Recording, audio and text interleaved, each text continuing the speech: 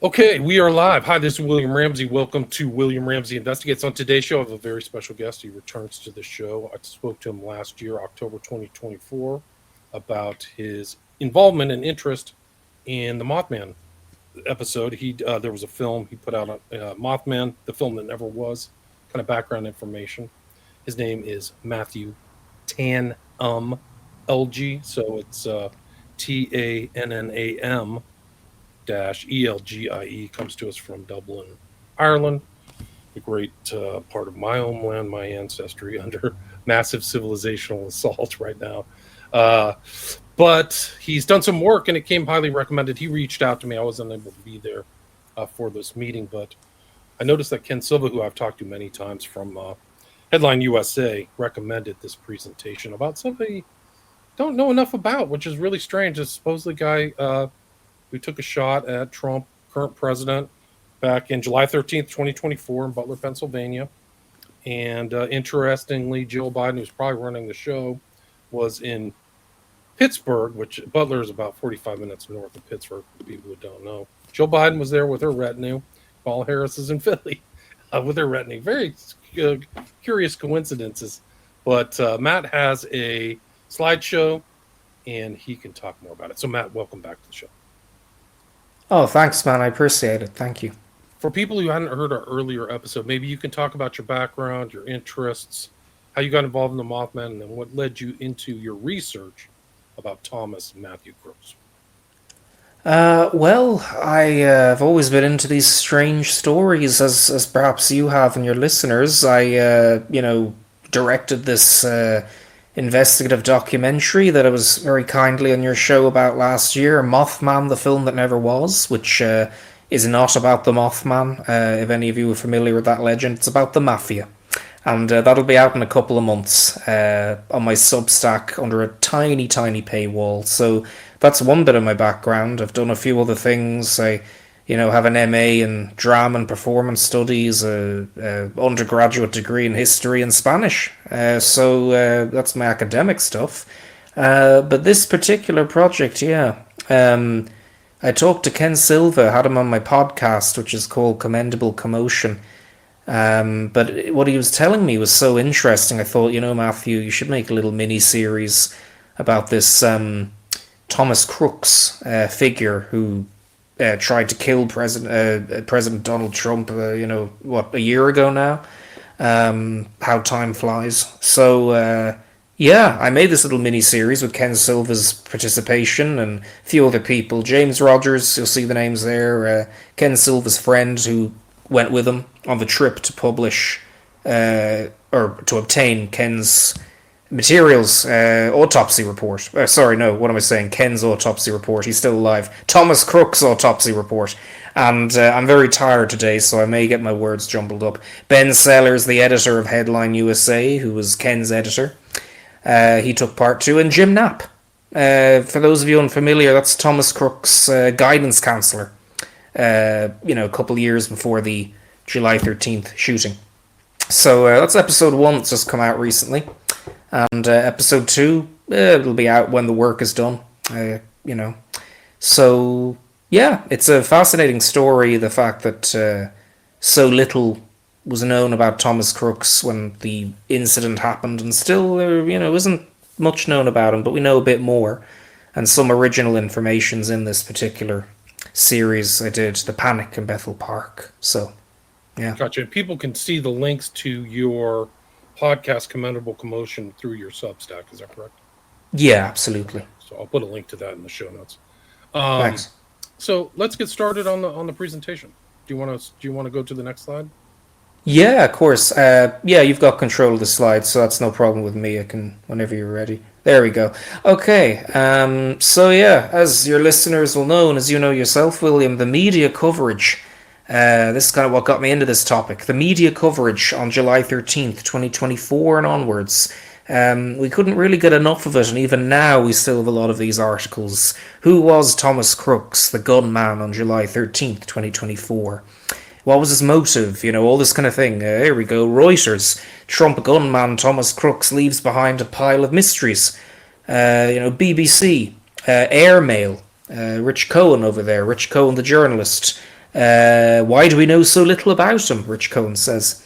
And that was actually just about probably less than a month ago. Trying to see the date there. No, about a month ago. July 8th, I think it says, 2025. So even now, according to a lot of people, and in many ways they're quite correct, we still don't know quite a lot about Thomas Crooks. Fox News, there we go. July 11th, 2025. Motive and missed warnings haunt the Trump rally shooting. Who was Thomas Crooks? So, that was why talking to Ken Silva, it was so interesting, because it kind of heightened that curiosity in my own mind. And, for those unfamiliar with Ken Silva's work, I'd encourage them to check out his work on the Thomas Crooks shooting, and also his previous episodes with you, William Ramsey. You did one recently with him, and it was really useful to listen to. So he's kind of the expert on the assassination attempts on Donald Trump, which are full of intrigue and strangeness. So yeah, that's basically the media coverage we got there. Financial Times, back in 2024, struggling to understand Trump shooter's motive. That's the word we kept hearing. Motive, motive, motive. Who was this guy? Mystery, all that kind of thing. And if you're ready to move on to the next slide, I can kind of show you we can, whichever you prefer. I'm in no rush. There we go. Okay, so that was what got me interested. So I contacted Ken Silva, who you'll see there in the top left. Did a little interview with him. As I said, was so fascinated about when he was describing to me his trip to Pennsylvania to investigate Thomas Crooks from people who knew him, such as his neighbors, traveling there to get his autopsy report, and he got the scoop. He published it, so I wanted to tell the story. But I also got input from other people who went on the trip with Ken, or who helped him from behind the scenes, like his editor, Ben Sellers, who's on the top right there. James Rogers, his friend, who filmed kind of some of the trip Ken did. It's there on the bottom there, James Rogers. And there's a little screenshot of some of the video James did on the Butler Farm showgrounds where the assassination attempt took place. And he's a brilliant cinematographer. And, of course, there's Jim Knapp on the far right of the screen there, Crooks's former school guidance counselor. Now, these are all screenshots of when they did the interviews with me over Zoom and the like. So there's Jim Knapp. It was very nice talking to him. And, I just got some other documents like the Homeland Security reports, committee reports just there, for example. And I even, did quite a lot of notes just so I could plan out the series and, structure it in such a way that it would be hopefully a compelling narrative for listeners. And so I did my notes there and had all sorts of crazy ideas and got them together. But yeah, as you can see there, James catching a little vehicle with tinted windows, slowly driving in the direction of that AGR building where Thomas Crooks climbed on top of and tried to shoot Donald Trump. So that was just a nice little shot that, it was helpful seeing that sort of stuff while making the podcast. So, as part of my research for this podcast, one of the things I really digged into was Thomas Crooks' family. Because that was one of the things that really got me most curious about who the hell was this guy who nearly killed the now president of America. So I dug into his family, yeah, and there we go. What initially made me think it was such an interesting aspect of Thomas Crooks? Well, there's a Twitter or X user, he has a podcast, I believe, Power Mapping. Clonny Gosh, I believe, is his handle or something like that, and he's Clonny Gosh. I talked to him a lot. I tried to get him on the show.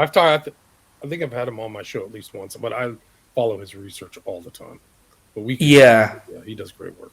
He does, and he really comes out with some interesting information. So, I'm not too familiar with his work, but I found this little thing he posted on X in the immediate wake of the assassination attempt, and I just thought it was interesting from a personal point of view. He was saying, oh look, Thomas Crooks' uncle was a lieutenant colonel and trauma surgeon in Fort Gordon, a very prominent US base. It's home to a lot of things which we'll get into. And again, I'm not implying anything sinister when I say this. I just think it was interesting because I always find it with these tragic, bizarre stories and all the mysteries surrounding them. I always find the family element quite interesting in some of these sorts of stories. That was why Clonny Pingosh's sort of info about the Lieutenant Colonel uncle kind of piqued my interest, but then it just sort of faded into nothingness. That was a year ago at this point, so it lingered in the back of my mind. A couple of other people mentioned, oh, hey, here's some interesting relatives, and this was in the immediate aftermath. Like this guy here, I've never heard of before. What's the name? Art is Brutal 2021, which is, I'd probably agree with that. These are guys I watch, like, on the Oh, okay. I'm not familiar with Art is Brutal at all. It's a good username, though. So, things like that, just in the immediate aftermath, and then afterwards it kind of just, like, no one really talked about the family element of it. So I got curious, and after talking to Ken last October, I did some digging, found, for example, obituaries, which Clonny found as well, and some other people did, like this guy here, John Nicholas Fritzy, who I believe was Thomas Crooks' granddad, over there in Pennsylvania in Allegheny County, which is where Pittsburgh is. This guy isn't just one kind of doctor. He's in neuroscience. He's in neurosurgery. So it's the brain thing. And you have to go back and look at that timing. I mean, this is Eisenhower Medical Center. This is like, at what times was he actually practicing is really the good question. If he was born in 43, died 2010. So I believe this particular guy here, the granddad, wasn't the neurosurgeon, but one of his sons was the neurosurgeon. So that would have been Thomas Crooks' mother's brother. Gotcha. So somebody is in Pittsburgh, so local doctor. At one point, which we'll get into, at one point he was a local doctor, but when he became a neurosurgeon in the U.S. Army Medical Corps, he was actually over in Baghdad, which we'll get into. And but these are just basically the names in the obituary, just they were the initial kind of leads. And there we go. Beside Lieutenant Colonel James Fritzy, we have Mary and Matthew Crooks of Bethel Park, so Thomas Crooks' parents. And these names, Matthew and Mary Crooks, obviously became sort of forever then associated after July 13th, 2024, forever associated with the tragedies that happened on July 13th. So it's kind of eerie seeing these obituaries from like 2010, and little did they know what was coming, Thomas Crooks' parents. But yeah, Madeline Hill Fritzy was another relative I found some info on. Just, again, thought it was interesting. She was a researcher at the University of Pittsburgh School of Medicine, surgical procedures on baby chickens. So I just thought this adds a new dimension to the background knowledge that the public has or doesn't have on the guy who tried to assassinate Donald Trump. And I thought it was fascinating because the whole thing was, oh, we don't know who this guy is, who was he, what was his motive, all that kind of thing. So that got me really interested. That was why digging into the family interested me. Obviously, no evidence any of them were involved. Obviously, that'd be ridiculous to say. But I just thought on a personal level, it really interested me. So on the next slide, we can get into Lieutenant Colonel James Fritzy and his neurosurgical activity. So there's a picture of him there at the Eisenhower Medical Center in Georgia. It's in Fort Gordon, Georgia. It was renamed Fort Eisenhower, and then recently, I think Secretary of Defense Pete Hegseth publicly announced that they were renaming it again back to what it was called beforehand. So, Fort Gordon once again. So it gets a bit confusing. But that's where Thomas Crooks' uncle, Lieutenant Colonel James Fritzy, has been stationed for a while now. He was Deputy Chief of Surgery. He might even now be Chief of Surgery. Before that, though, in the 1980s, you mentioned a local doctor. He was a local doctor. And you're right, he was. And I thought this was a sad twist of fate, as I said in the podcast, The Panic in Bethel Park. Deputy Coroner James Fritzy of the Allegheny County Medical Examiner's Office in the 1980s is what it says in a newspaper article that I found here. Now, for those of you who've listened to The Panic in Bethel Park, or who've listened to Ken Silva's work, read his work, Allegheny County Medical Examiner's Office is where Thomas Crooks' body was brought for the autopsy, after being, I think, left on the roof over in Butler until 6 a.m. after the shooting, if I remember correctly. And, Ken goes into that sort of situation when he talks in the panic in Bethel Park about how that's where Crooks's body was brought. And I just thought it was a sad irony that his own uncle used to, apparently, based on this newspaper, used to be the deputy coroner at this same medical examiner's office years and years ago. Not obviously when the autopsy happened, though. Do we know who conducted the autopsy? Ken did some digging into him. I think his name was Dr. The name escapes me now. Was he a Chinese guy? No, I don't think so. You'd have to ask Ken. I think his last name may have been like Goldfisher or something. I'll see. I'll look into it. Yeah, very important because some of these medical examiners are very corrupt, and I've strangely in my side kind of research into the smiley face killers. I've looked into the medical. They bungled the autopsy for one of the prominent SFK victims, Dakota James, in Pittsburgh. Like, it's a total joke. Like, he had ligature marks around his neck, and so you kind of can't. A lot of these are very political jobs and political offices. A lot of people don't know that. So anyway, interesting. So the autopsy was conducted there, and I saw that Ken Silva has a copy of the autopsy report, right? He does indeed, and he was the first to publish it, and the story of him obtaining that and the struggle to get that and everything and the weird stuff that happened over in Pennsylvania when he travelled there. That's all in episode 1 of The Panic in Bethel Park. Fascinating story. In terms of, that's an interesting observation you made about some medical examiners. I didn't know that about the smiley face killers in Pittsburgh you mentioned, with that particular example. There's no evidence that James Fritzy or any of these medical examiners were corrupt. I'm just pointing that out there. It's my opinion. I'm not saying you're saying that either. You have to be very delicate. Like, some of these people's careers can be affected. We're not saying that at all. I think, in my opinion, Dakota James, who was missing for 40 days, I think in 2017, I can't even remember the dates now, but he had ligature marks, and like the great Cyril Wecht, who lives in Pittsburgh area, did a secondary autopsy for the James family, and I could tell looking at it that they didn't include this. This is important, vital information. This guy supposedly had scratch marks on his fingertips too, so evidence that he was trying to put his fingers in between the rope. I think it's I don't know. It's a natural action to kind of get the rope off of your neck. So he had damage to his fingernails. Dakota James, it's really great. This is actually very common in these medical examinations of these victims, is these guys, they're just going through the motions and nothing gets publicized. And that's why a lot of these people have second autopsies done immediately. So that's the state of America. It's a joke. So it's really sad. Anyway, it's part of this story, believe it or not. It's crazy to think that some of my earlier research ties into what goes on in this whole Bethel event in Crooks. So sorry, please continue. No problem. It's a fascinating story, that is. Cyril Wecht. Yeah, Cyril Wecht. That name's familiar. I've had him on my show. He's probably one of the most accomplished medical examiners, and he worked there, and there's a real backstory to him too. It's really interesting. He was prosecuted for people who don't know, he was prosecuted in Pittsburgh. Cyril Wecht has a double doctorate.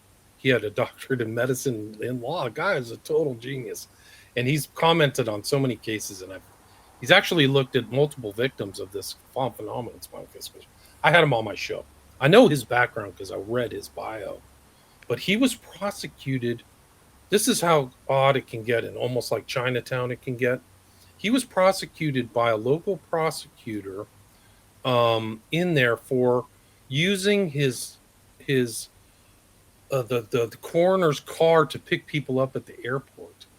And it was such a minor, they decided to prosecute, not censure, not upbraid, not have a private talk with him, but some of this, like, this kind of so-called misuse of, it's such a joke. I can't even believe they went through this whole thing.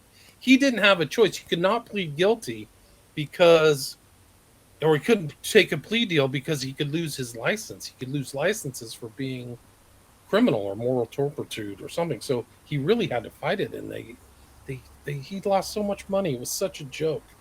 and I think he actually won in court. Like they wouldn't, jury wouldn't convict him, but just like they put him through the ringer, and they think it might have been political because he's so outspoken about JFK and all these other things. Like, but it's it's a sign of this kind of Chinatown, in my opinion, Chinatown levels of corruption, right? Well, I'm going to listen to William Ramsey Investigates talks to Cyril Wecht when I'm finished this anyway. I'll have to post some of these old podcasts. So I'll post my research on Dakota James, which I did. I don't want to go into the backstory. I know a lot. I know so much that's not even public. But I'll put my research into Dakota James, Cyril Wecht, and my talk with Cyril Wecht. He's unfortunately passed away. The guy is a great, amazing person. And, Yeah. He's. It's a shame that he had to go through that stuff. But so I'll put links to that and to your show.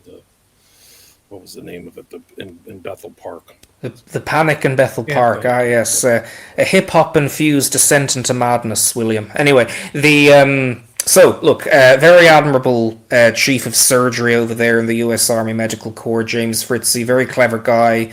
Not like some of these weird medical examiners we've been talking about. Very, by all accounts, very admirable guy. Very stand-up guy. And I just thought it was fascinating reading about this guy's background, given that his nephew tried to assassinate the current president of the United States, and at that time presidential nominee, basically, for the Republican Party. So Deputy Coroner James Fritzie, anyway, back then in the 80s.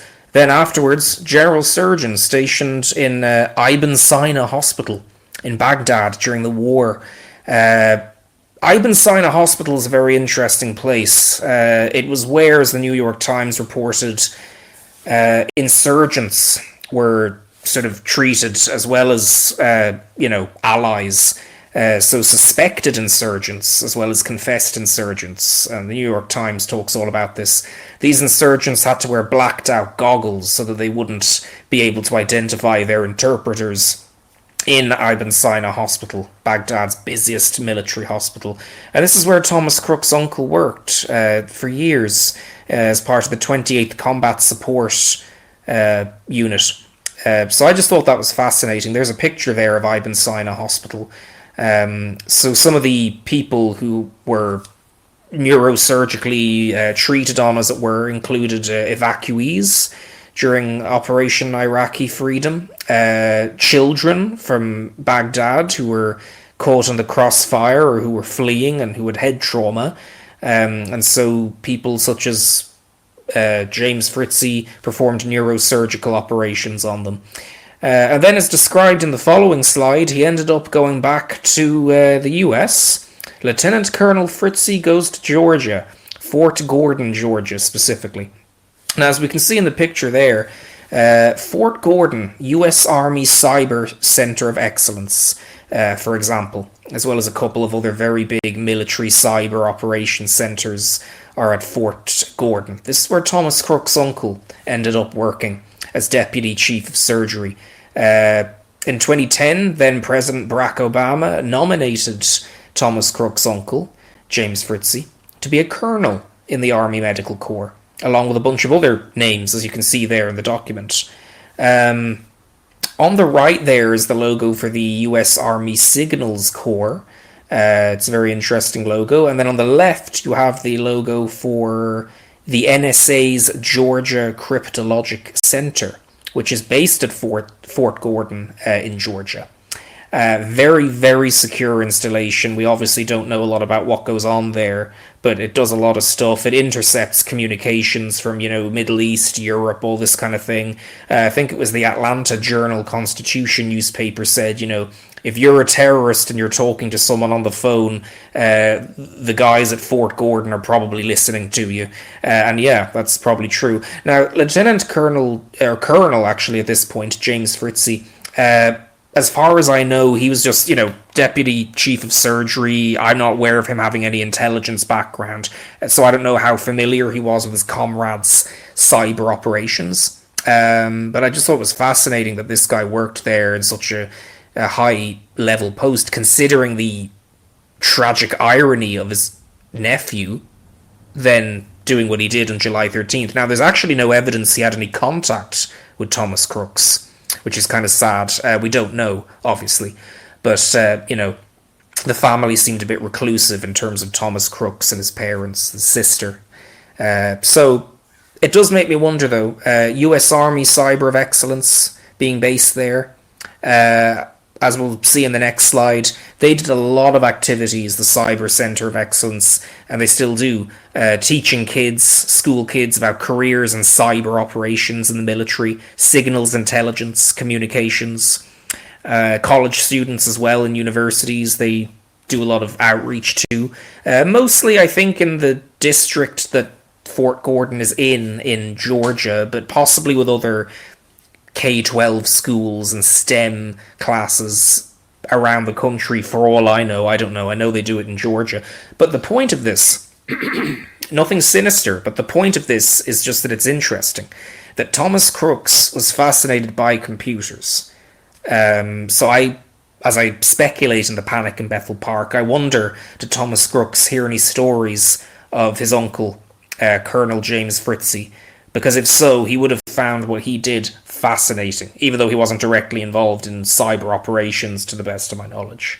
Someone like Thomas Crooks undoubtedly would have found Fort Gordon a fascinating place to read about. I certainly have in the last couple of months, just, you know, and I didn't even know that much about it, but it's fascinating, the stuff they do there.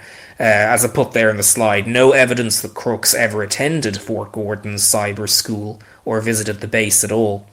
But if he was aware at all of his mother's brother's job, which I'm sure he would have been, I presume, he would have found it fascinating. It makes one wonder, did he ever get tempted to kind of, you know, attend some sort of cyber course there? And if he did, I think, as touching as it would have been very sad as well, given what happened later. Little did his uncle know what would happen later. So if he did have any contact with him, it's a very sad story of drama right there. But I don't know. I just thought I'm speculating. You'll see there a picture of Thomas Crooks' computer technology enrollment into the National Technical Honors Society in Pittsburgh. We know that now fairly well. He was very good at computers. So that's a big question mark. Did he know about this? Because he would have been fascinated with his uncle's milieu. So, yeah. In the next slide as well, there's some more info on Fort Gordon. And it's ironic parallels with Thomas Crooks' cyber interests. Here's some newspaper articles. The Atlanta Journal-Constitution. NSA opens its newest facility in Georgia. That's Fort Gordon. But then something weird happened a few years before Thomas Crooks nearly killed Donald Trump. A contractor at Fort Gordon, an employee, was charged with mishandling top-secret US materials at Fort Gordon. What were those materials? Well, it was the stuff that, if I remember correctly, opened the floodgates into the Russiagate investigation. I don't know how familiar you are with this, but there was I wasn't too familiar with it at all. In fact, it was actually probably a couple of days ago I found this out. It's a fascinating story. There's The Guardian reporting on it there. Reality Winner was the person's name, the contractor's name. I don't know, was that a real name? It is a real name, believe it or not. I know that's real, yeah. Oh, wow, okay. Her name is really Reality, and the last name is Winner, it's true. Yeah, but at least it wasn't Reality Loser. But anyway, so Reality Winner ended up apparently leaking classified information from the NSA at Fort Gordon. And this became the impetus for the Russiagate investigation. And she was imprisoned, obviously. She leaked the document to the Intercept publication, Glenn Greenwald's old publication. And then she was in jail. Another leaked document, apparently, was leaked onto the internet a year later by someone totally separate from Reality Winner. And it had nothing to do with Russiagate directly. It was a document claiming that the NSA was infiltrating cryptocurrencies and VPN, private browsing networks, such as the Tor browser. The authenticity of this particular document isn't totally known yet. We still don't know if it was just some very clever hoax made to look real, but it is worth pondering. So if that document is real, I just thought it was kind of ironic because we know Thomas Crooks encouraged his friends to invest in cryptocurrency. He was very interested in cryptocurrency. According to a newspaper article I read, a classmate said that he talked about joining the military after he graduated from high school. So again, if he heard about the environment that his uncle James Fritzy worked in, maybe all this cyber stuff might have been a factor of that. Who knows? I don't know. But it's worth thinking about. So this is kind of weird stuff that was happening at Fort Gordon. Who leaked the document? Why did Reality Winner leak that other document, causing the Russiagate investigation? It's fascinating and dark stuff, and Thomas Crooks would have been interested in this if he was aware of it at all, which I'm sure he was. He did visit the State Department's website at least once in his community college network that Ken Silva recently published the search results of. So he was someone who seemed to stay on top of current affairs, that kind of thing.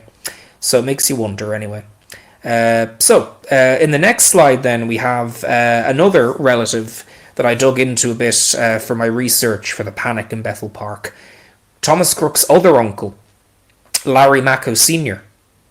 Larry Macco Sr., according to a newspaper article just at the bottom of this slide, married a woman named Cynthia Kavanagh. After they separated years later, Cynthia Kavanagh later married an uncle of Thomas Crooks. I believe his name was John Fritzy Jr. So, essentially, by marriage, Larry Macco Sr. at one point was an uncle in the Crooks family, if that makes sense. Now, obviously, a rather tenuous relationship like that, it would be, well, did Thomas Crooks know this guy at all? I don't know. No evidence they knew each other at all. However, Larry Macco Sr. did seem to maintain ties with Crooks' family to some extent. He was listed in the 2010 obituary for Thomas Crooks' grandfather, and he was called a U.S. Army specialist in that obituary. So, yeah, there evidently was some tie still, even then, between Larry Macco Sr. and Thomas Crooks' immediate family, which is fascinating. And again, deeply ironic, given that the nephew of a U.S. Army specialist later ended up trying to kill Donald Trump. So, Clonny Pingosh, there he is again, the ex-user, did a little bit of digging as well, and that's kind of was the impetus for me looking into this family side of things. So, shout out to him.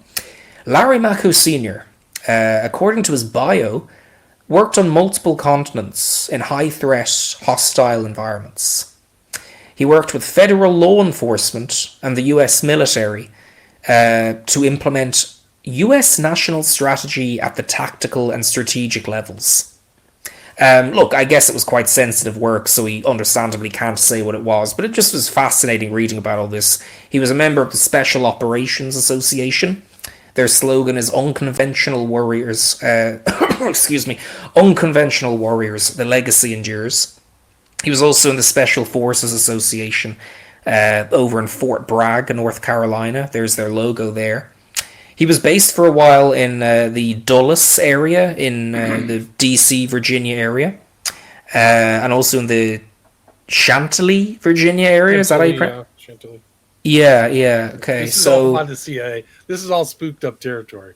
Like, the elite in D.C. lived in Bethesda, but kind of like the rank and file all live in Northern Virginia generally, and then Eastern DC is a lot of African Americans. So when they say Northern Virginia, you kind of get it. It's just tons of military intelligence and all kinds of cutouts and NGOs too. Like you'll drive by things that say like International Trade Association of so and so, but it's a front for something else. You know, it's all kinds really something else. Fascinating. I mean, it's a spooky area. There's no evidence Larry Macco Sr. was up to anything sinister. Obviously, it was fascinating reading about this guy's military career again because of what happened on July 13th. The irony of that, you know, to think someone's nephew, you know, when you were involved in these military intelligence, federal law enforcement operations, and then to have such a event of geopolitical significance happen involving your nephew. There's a very sad irony there, and that's kind of the tone of the panic in Bethel Park. I knew guys who were in special ops, and they could never talk about what they did, and they would disappear. Like, they'd be gone for 2 or 3 weeks, and infiltrating places that you would never ever hear on the news. It's just complete dark world, man. It's like, this is probably what this guy Mako, that's all the indicators of this, because it's so vague what he's doing. He just is in a special operations thing. He's working and implementing, strategy. But what that means is actually the real world, what meaning is, could be anything. Oh, I mean, it's a violent job, I'd say, depending on what post you're in. Again, though, I just want to emphasize nothing sinister here, to the best of my knowledge. Like, this guy again seemed like a very admirable, well-meaning person who did a lot for the U.S. military. So again, I'm not pointing fingers. I just think it's a fascinating side of the family of someone who ended up killing someone, Corey Comparatore, that day on July 13th, and then ended up sort of committing suicide by cop because he got shot by the cops. So I just think this family element's fascinating. There were other people shot too. Yes. I've also done a show with Tom Cullen. I forgot to mention Tom, but he's done a lot of work on Butler, Pennsylvania. And John Cullen? Yeah. Okay. Is it John Cullen or Tom? It's Tom. No, it's John Cullen. What's the researcher's name? Jeez, I can't even. Anyway, Cullen has done work on Vegas shooting and the Butler, Pennsylvania shooting, but following bullets and tracings, and other people got shot. Like, there were multiple people shot, nicked. Comparatori, fortunately, was one. He also shows that the Secret Service agents who were on the roof were probably being shot from somebody else. So he's saying there's at least two shooters, and a lot of suspicious things going on. It's a lot of distractions too, like the water tower and things like that. But yeah. Fascinating. Yeah, I believe the guy who was wounded was a guy named Dave. Was it David Dutch? And then there was another guy. Yeah, John Cole. Right, yeah. So yeah, there were bad casualties that day. It was pretty awful. So anyway, look, that's Larry Mako Sr., Special Operations Association. Again, this is just me pointing out the sad irony of who was Thomas Crooks, his family's background. This is not me pointing fingers at anyone when we talk about special forces. By all accounts, his family was very admirable, and I just think it's as I said, very tragic element to the subject of who was Thomas Crooks, just to make that clear. So in the next slide, we have some more information if we want to have a little look at that. Okay, so again, just to highlight what I just mentioned there about Crooks's family. His uncle Larry Mako worked for I believe the United States Information Agency in the late 90s. That was something I recently found out. The United States Information Agency was during the Cold War anyway, I'm not sure about in the 90s, but in the 80s and 70s, 60s, etc., the propaganda arm of the US State Department. We've got some examples there, I think, from Latin America, some work the U.S. Information Agency put out against, to combat communism in the 60s.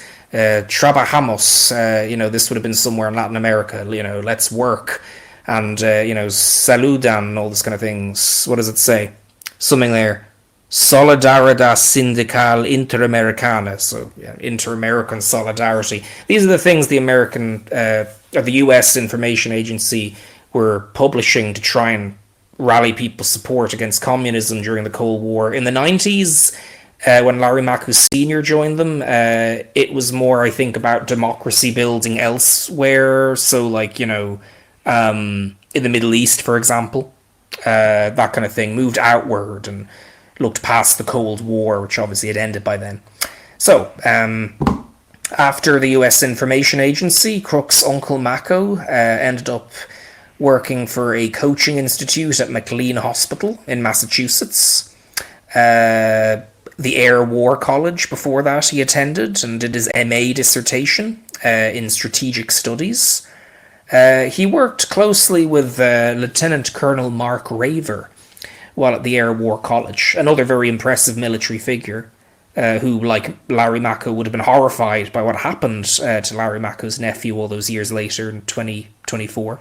Lieutenant Colonel Raver, he specialised in cybersecurity, signals intelligence, at least in his MA dissertation, which I read a bit of yesterday. For the Atlantic Council, he was the, I think, attached commandant for the Atlantic Council. I can't remember what the exact title was, but he published an article, for example, in 2014, Global Security in the Hacker Era. That was for the Atlantic Council by Mako Sr.'s friend, Mark Raver. Again, if Thomas Crooks was aware of any of this, of his uncle by marriage's career, he would have been very interested, I think it's fair to say. There's a little, bio of Lieutenant Colonel Mark Raver, who spoke very highly of Larry Mako Sr. during their time in the Air War College. They knew each other well, by all accounts. Mark Raver was, for example, Deputy Director of Operations for the White House Military Office. At a certain point, he was based in Quantico, Virginia. He was Deputy Director for the, Chief of Naval Operations, or Office of the Chief of Naval Operations, something like that. So he was a high-flying military guy, as was Larry Mako Sr.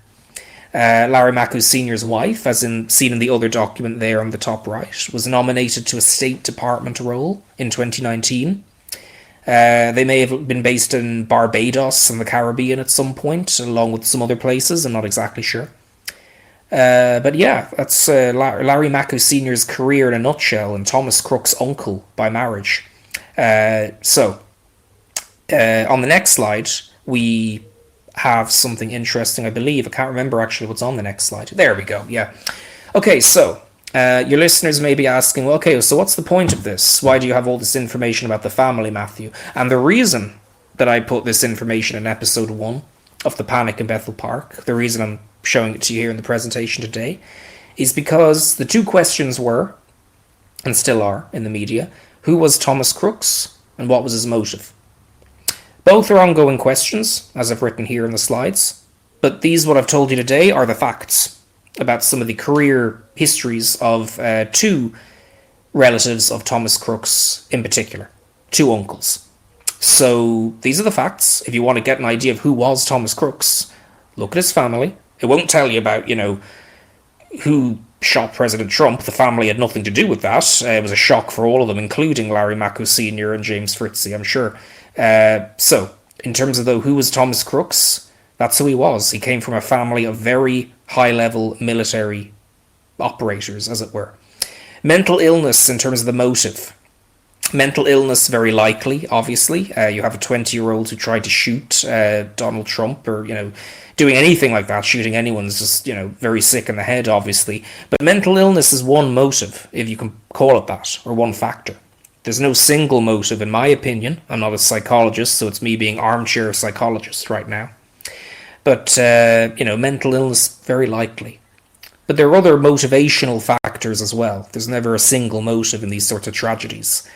And from looking today at the family, one motivational factor might have been, because I'm speculating, Thomas Crooks' perception of America, his pride in his relative's role in the military, possibly the intelligence community, the diplomatic corps, the US Information Agency, all these sorts of things. Working adjacent to the NSA's Georgia Cryptologic Center, it might have been a twisted sense of vigilantism, in his mental state that made him decide to go off and try and kill President Trump. Now, whether he got any help from outside forces, we don't know at this point. It's a fascinating point worthy of discussion. But it's possible in his twisted mental state that he might have had a twisted sense of vigilantism, if you know what I mean. And maybe his knowledge of the very admirable work done in his family for the US government may have played in his mental state, may have played into that sense of vigilantism. But that's purely speculative. Anyway, so, again, that's just an armchair psychologist moment, but I think it's interesting to speculate. There's a picture of Bethel Park in the wake of the shooting, where Thomas Crooks lived. Larry Mako Sr. lived there as well at some point. A lot of the family lived there, and it was horrible for what happened then on July 13th for all of his family, including Larry Macco and James Fritzie. There's an American flag unveiled in Bethel Park, taken by Christian Thacker of the New York Times. So the reason for this presentation, was to add a bit of depth and facts to who was Thomas Crooks, and, adding fuel to the fire of the speculation of what was his motive. So that was the purpose of this information. I hope it was somewhat interesting. I'm happy to answer any questions if you want. Very interesting. There was something suspicious about, wasn't his place cleaned, like his whole residence in Bethel Park? Do you ever hear that? Yeah, one of the congressmen in one of the committees, I think, claimed that. I can't remember the congressman's name. I think he was from Louisiana. Was it Clay Higgins? Yeah, Higgins, I think, yeah. There was Okay. an congressional investigation. There's no question about it. So, no one really, I think, at this point gives much credence to that particular claim. I'm not saying Clay Higgins was lying or anything. It's just that maybe there might have been a bit of misinformation, that someone told him something that wasn't true. I've no idea. Because an ATF report came out later of when they entered the house right after the shooting, when they found out, oh, there's this kid, Thomas Crooks, and they interviewed the parents and all that kind of thing. There was nothing in the report about the house being meticulously clean and eerily clean, as Clay Higgins kind of said. Nothing about that was in the report. So I think that may have been a bit of a misunderstanding on Clay Higgins' part, I presume. Yeah. It's just very strange. There's videos of him. I have multiple videos, but him walking around and scoping, and why, that's an obvious place somebody should have been on that roof. I mean, I remember the Secret Service head at the time, her excuse was unbelievable, honestly. Like, I couldn't believe what she said, but it's just so weird that he was able to get in place there. Like, see, these are the guys, according to John Cullen, these guys there was like a whistle, they responded to something. It wasn't the shot. Like, watch him. He's looking at something, and then he adjusts right there.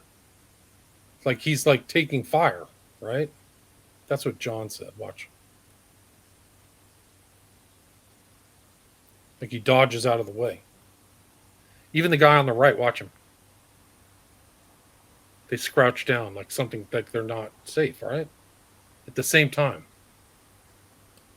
Interesting. Yeah. Well, it's fascinating seeing primary source footage like this. It's amazing in today's world how we have all this footage available of that shocking event on July 13th. And we have news footage. Here we have some news footage you're showing me, William, of Thomas Crooks' father leaving the law firm, Quinn Logue, I think the name is, in Pittsburgh. They lawyered up after the shooting. It's possible they're under investigation. We can talk a little bit about that if you want. I'm not sure if you've... Okay. What makes you think that's his mom too, right? She just covered up, though. I believe that might be his sister. Sister, okay. Yeah. Ken Silva talked about this in The Panic in Bethel Park, that the parents probably might be under investigation even to this day in some way, shape, or form. Whether anyone else is as well, I don't know. But Ken pointed out in my podcast, how on earth could they not have known that Thomas Crooks was building bombs in his bedroom? It's debatable, I think, still about whether they would have been able to smell the liquid being used to make the bombs, for example. But, it seemed like a relatively small house. So, yeah, we think it's possible that the parents might be under investigation. I don't know, though. Really, I think also it's equally likely they're grieving parents that knew nothing about what was going on. So, you have to be very careful in deciphering these things. But here's the thing about bombs that. That are in his trunk, right? These are some kind of homemade bombs that he had, right? Yeah, that's one photo that was released of them. There was also a van with Arizona license plates that the bomb squad were inspecting that night. No one really knows what's happened with that particular van, but it's interesting, and there's some exclusive info in The Panic in Bethel Park you can get about that particular van. And in episode 2 there will be, hopefully, as well. In terms of, though, the investigation, Ken Silva filed a documents request with the FBI because the head of the FBI said on Fox News that the investigation was closed now. That was about May or June or something.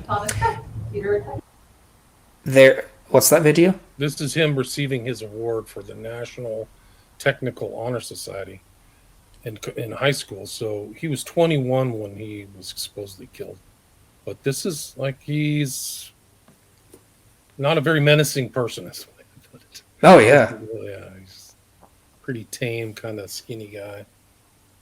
Yeah, you never know what's going on. You never know what's going on behind the scenes. It's really frightening stuff. And, whether someone took advantage of him in some sort of terrible mental state or having some sort of medication issue, we just don't know. Whether he was a lone nut, I don't know. But, the sloped roof thing was ridiculous. I agree with you there, William, about the head of the Secret Service saying it was a sloped roof. That was just laughable excuse. So it is. There's a lot of. It's still mysterious. There's a lot of mysteries going on, and there were other like just strange things with the guys that were in the building. I don't know if you ever saw the video of the two guys who came out of the building that they were under Crooks. Yeah, like there were suspicious things about that. But you got to remember, it wasn't the Trump administration. It was the Biden DocuSign administration, right? Like, somebody else is running the country. Like, it's unbelievable to think the most powerful military force in world history is being run by just a group of people with a fake figurehead who's sleeping all day, while this assassination takes place. Well, as you probably remember, this assassination attempt took place after that disastrous debate performance between Joe Biden and Donald Trump. So, I mean, regardless of what side of one may be on the political fence, it was a disastrous debate. So it was a campaign rocked with drama. And even from my point of view over here in Europe, when I was watching it, it was just rocked with so many noteworthy events, let's put it that way. And then, of course, after that debate, the shooting happened to make things all the more bizarre. The timing of the shooting, like, Crooks could not have chosen a better time, because if Trump had not selected his running mate, right? So it would have thrown the Republican Party into total chaos if Trump had his head blown off. And it is interesting that, like, they didn't show the assassination. Somebody was in New York City. I have a video of it somewhere. But they were like, why isn't this national news? Somebody just tried to blow, Trump's head off. And it wasn't successful. There was also a pre-bet out of a financial house or equity firm or somebody in Austin, Texas, of all places, that bet against Trump's social media company, right? Like a huge bet, like a huge $1 billion bet. So there was like Crooks, some strange things happen around this. There's a lot of mystery, a lot of intrigue, and the knowledge of his family makes it even more intriguing. Like, who are these people, and who are his parents, and how does this get through security? Like, it's incredible. That was what got me so interested in doing this research for episode 1 of the podcast and finding that stuff about the family, was because it did add layers of facts to all the speculation about, who was this guy? Why do we know nothing about him? Why do we not know his family? Why are there no quotes from his parents? All this kind of mystery. I just thought it was fascinating adding kind of factual layers as much as I could to Thomas Crook's background. And so it was a very fulfilling task, and adds a layer of sad irony to the whole thing. No evidence they were involved at all, obviously. I mean, wouldn't for a minute go suspecting that. I just think it's a deeply sad irony. And so in terms of the medical examiner, though, you mentioned him earlier. We've got his name there, Ariel Goldschmidt. I forgot the name, but it's on one of those pages you just showed there, okay. So you might want to look into him. There was something about a cell phone was tied to somewhere in D.C., right? Wasn't that already proved that there was some phone call he made to D.C.? And his search history included the State Department, right? So he was looking up something on the State Department, which is kind of odd for a younger guy to be doing that. Like, what's he doing in the State Department? Do you recall that? So, in terms of the State Department, just on one occasion, I think, may have been more, I'm not sure, he searched for the State Department website on his college internet network that came out recently. You can find it on my Twitter there, Commendable, Commotion. Ken Silva's X account or Twitter account, JD Cashless is his one, and Thomas Crooks. It was just kind of ironic. He posted or he searched the State Department, but that was only on one occasion, to the best of my knowledge. So I mean, really, could have been anything. Just randomly decided to have a look at it, I suppose. I don't know. But in terms of the phone thing that you mentioned, here's the thing about that, and Ken's talked about this as well. It's an anecdote, but we don't yet have the proof. And it would be very useful if the people who claimed that they have the evidence of that, with the cell phone triangulation and all that. You remember the Heritage Foundation came out with those claims, saying that they got the cell phone triangulation. Here's a phone in DC somehow popping up in Thomas Crooks' home. Here's a phone in Massachusetts somehow popping up in Crooks's home. It would be very useful if the Heritage Foundation would actually release the evidence, the technical data that they have that supposedly led them to that finding. And Ken agrees, as much as as compelling as it is, it's not proof because we don't have the proof yet. We just have to take their word for it. You know what I mean? Right. Yeah, it's just so suspicious. Like this guy, his family is in the state. They call it the deep state or whatever you want to call it. They're part of this huge edifice. Military-industrial complex. They're part of the military-industrial complex. I mean, a couple of them worked for the government in very interesting positions, but there's no evidence of any wrongdoing whatsoever.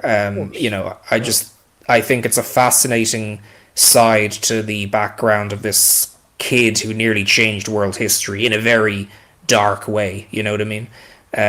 It's fascinating, and it shows citizen journalists' work like yourself and Clonny Pingosh, Ken Silva. Clonny Pingosh was the one who just put it on Twitter briefly about one of Thomas Crooks' uncles, and got me so intrigued I just had to look into it. So that's what led to episode 1 of The Panic in Bethel Park. So we have to look at it in the context of the other assassins. Ryan Ruth was September 15th, 2024. There's been research that guy was a State Department employee. He was very suspicious and did weird things in Ukraine. Did you ever see the BlackRock video that included Ruth and supposedly Crooks? So Crooks was in a BlackRock commercial, apparently by coincidence, filmed in his high school. Ryan Routh, I don't think, was in a BlackRock commercial. He was in, I think, a commercial or something, a campaign ad by the what are they called? The Azov Battalion? Right. Is that what they're called? Yeah, he was pro-Ukrainian, yeah. So my understanding... There's mysteries of how he could get around and how he got paid and all this stuff. Ruth is a very strange character. Absolutely. It's very strange how Ryan Ruth managed to make all those trips to Eastern Europe and all this kind of thing, and somehow hooked up with the Azov. How do you pronounce it? Azov Battalion? AZOV. It's a body of water that's an offshoot of the Black Sea. So it's the Gulf of Azov, but it's a neo-Nazi group. Yeah, it's a neo-Nazi group, and somehow Ryan Routh ended up working with them in some capacity, at least, and it's just bizarre. I don't know, was he a State Department employee? I don't know where you heard that. I'd be interested in seeing that. But it was another researcher whose name escapes me said that he had an affiliation with the State Department. So if these two guys are both affiliated in some way with the State Department, that gets even more bizarre. Like we know from the search history of Crooks that he was on the State Department website. Well, I mean, I think just visited the homepage. I'm not sure what page he visited specifically. I don't know if the data was able to get into what specifically he looked at on the website. Could have just been looking at the news, I don't know. So I don't know here's the Ryan Ruth thing. Remove, present. Forgot this guy's name. What's his name? The Ruth is the September 15th supposed shooter. Yeah. Let's see.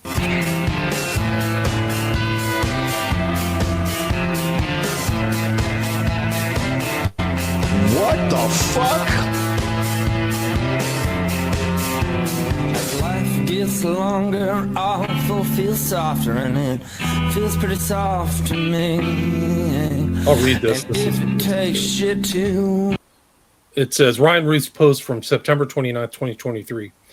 Afghan soldiers, the U.S. Embassy in Ukraine is working very hard to finance this project and has asked the Ukraine Ministry of Defense for a detailed plan on how the money will be spent. Volodymyr and MOD are working very enthusiastically. Volodymyr Zelensky, right? Ministry of Defense, until he provide the information they need and a reasonable suggestion. Give us a few more weeks for progress.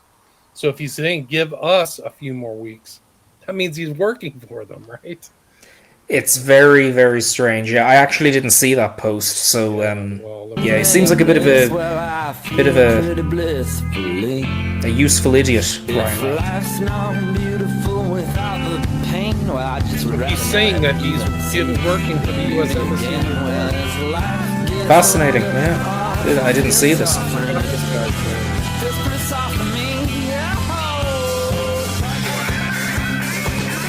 Well, there it is! There it is! He's working with the fucking State Department! Directly!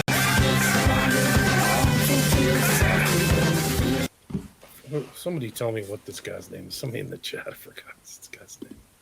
He's been on some podcasts. Well, he's got a good voice.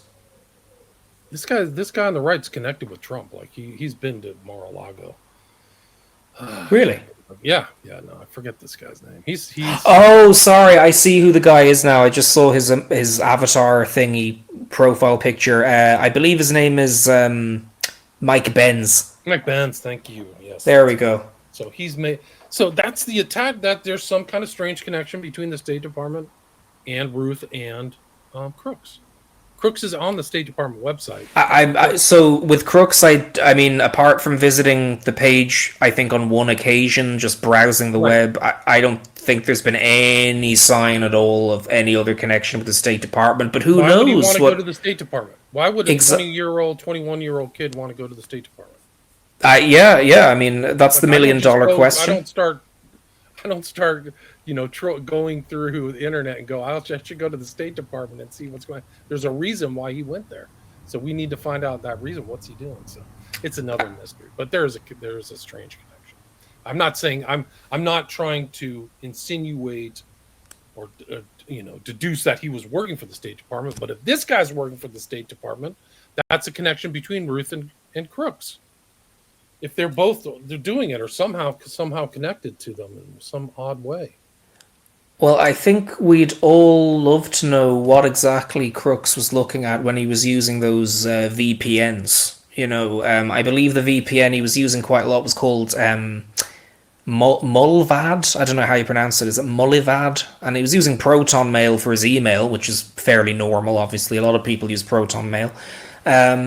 But yeah, I just wonder what Crooks was looking at when he was using that VPN all the time at his home and sometimes at college. The search results that recently came out, they're just search results from his time on the community college network. And so, who was he talking to when he was on the VPN at home, browsing so no one could find out what he was looking at? Your guess is as good as mine. Supposedly, the information's coming out that some of these VPNs are owned by the Mossad. Like they literally got into the VPN business so they could spoof. I mean, it's a perfect place to spy on everybody because everybody thinks it's safe. Proton is in Switzerland, is my understanding, but still. I visited the headquarters of Proton Mail, or at least I tried to. And when I say visited, I just mean like I knocked on the door of the adjacent building. They were like, I don't know if anyone's there right now, but, here's an email address. I contacted the email address, no response. I just wanted to know, were they, involved in any way in the investigation into Thomas Crooks' online activity? Do you know what I mean? Have the authorities been in touch with them? But I haven't received any word from them. I just happened to be in Switzerland when I found out that... Where are they? Where in Switzerland? Geneva. I got a question for you. Bart asked, did Crooks not have more than one mobile phone or device in his possession when he shot at Trump? Is that a question for you or me? Well, I don't know the answer to it. Do you know the answer to it? Don't quote me on this, Barto, but I think they did find a second phone in Thomas Crooks's house in the immediate aftermath of the shooting, and they found a phone on the rooftop in Butler an hour away when he tried to shoot Donald Trump. So that's at least 2 phones that he had.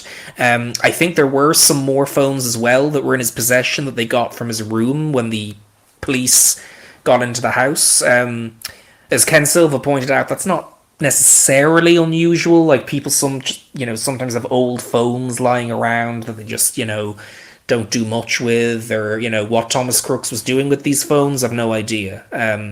The whole point is that, as I was going to mention earlier, the head of the FBI, Kash Patel, said the investigation's closed a month or 2 ago. Ken Silva filed a Freedom of Information request with the FBI for documents. There must be some response there because the investigation's supposedly closed, but the FBI said no, because the investigation's ongoing, we can't give you any documents. That directly contradicted what the head of the FBI said on Fox News. And Ken's talked about that, this is well known. So, because of that, we don't know what Thomas Crooks was doing on a lot of those phones. But he had at least 2, probably more as well. So, Matthew, we're at the hour mark. Is there anything you'd like to add or anything I missed before we wrap it up? I don't think so. Just stay tuned for episode 2 of The Panic in Bethel Park. You'll find that on my podcast, Commendable Commotion. Stay tuned also for completely unrelated feature film that I've got coming out called Mothman, the Film That Never Was. And that's going to be out in a couple of months. And for probably only a very tiny $5 subscription to my Substack, people will be able to see the full feature-length documentary, Mothman, the Film That Never Was. So yeah, thank you. On Commendable Commotion, I will put a link to your Substack. I'll put a link if you have any trailers or anything for the film. I'll put that link in there. And again, it's Matthew Tannam, Tannam-Elgie. Yeah, it's two last names. It's always gets a bit confusing. Really interesting presentation. A little bit more depth into this kind of mysterious figure. Really strange that the media has no interest in looking into this guy. That's a tell in itself. So thanks so much for your time. Thank you. You're very welcome.